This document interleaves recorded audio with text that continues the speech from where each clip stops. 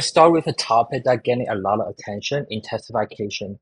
The idea here is to achieve higher research output within the same or even a smaller lab footprint. Stephen, could you elaborate on how this principle can be applied in the laboratory setting? What are the key benefits of intensification, both in terms of research efficiency or sustainability? Well, I think the thing that people realize when they work in laboratories is the impact that they have in their space and on their planet.